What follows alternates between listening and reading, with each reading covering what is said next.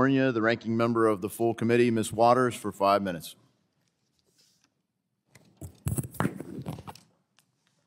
Thank you very much, Mr. Chairman, for this meeting, this important meeting that you're holding on housing, and particularly, as I understand it, as it relates to ESG. I would like to bring to your attention a particular issue that I think so many Americans are facing right now.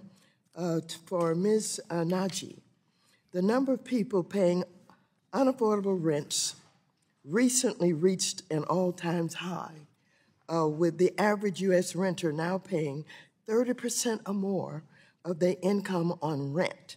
Monthly mortgage payments have also reached all-time highs, surpassing $2,900 per month.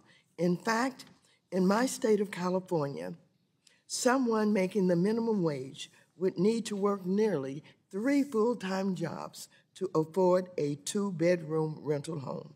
And California is not alone.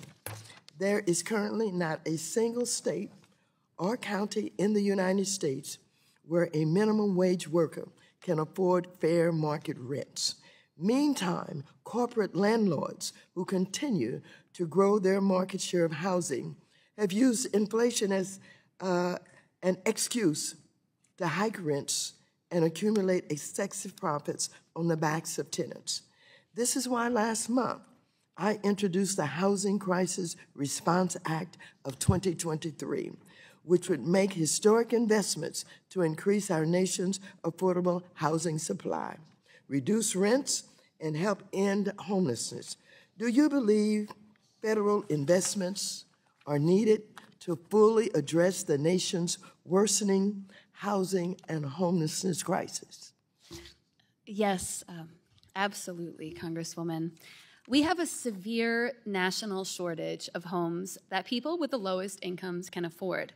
Nationally, we need 7 million homes that are affordable to Americans who live below the poverty line or who earn below 30% of the area median income. Unfortunately, because of actors like Blackstone, we are losing what remains of our affordable housing stock at a rate faster than we can replace it due to rising rents and stagnant incomes. Many homes that were once affordable to lower income people have seen their rental or purchase prices increase. In just 3 years, 36 states lost more than 10% of their lower rent units, and 14 states lost 15%. So we do need to build a lot more affordable housing, and we need zoning reform to do it, because in much of the country, only single-family zoning is allowed. Absolutely.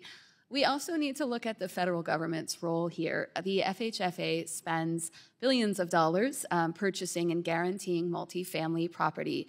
And as we've seen, this has really resulted in very poor conditions for some tenants, because there are some deals that only pencil out if you evict the lower paying tenants or if you skimp on maintenance and repairs. The FHFA has a number of requirements for receiving its loan guarantees, and I think it is past time to consider the well-being of the folks who live in these buildings, because this is, while housing is regulated at the local level, this is a national problem, and the federal government does have a role to play here. Well, thank you so much. So given all of this information, all of this knowledge, the crisis that we have in this country, do you support the federal investments for affordable housing in my bill, the Housing Crisis Response Act, including specific investments for green and resilient housing? Yes, absolutely. I think we are already seeing, the resources in that bill really, should have been passed earlier, because we have a huge need in deferred maintenance and public housing. As you know, I think in terms of, sorry, I just...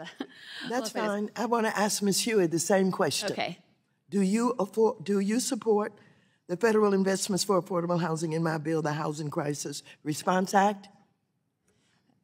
Ma'am, I know that we have supported your legislation in the past, and I believe that our association is looking at that legislation.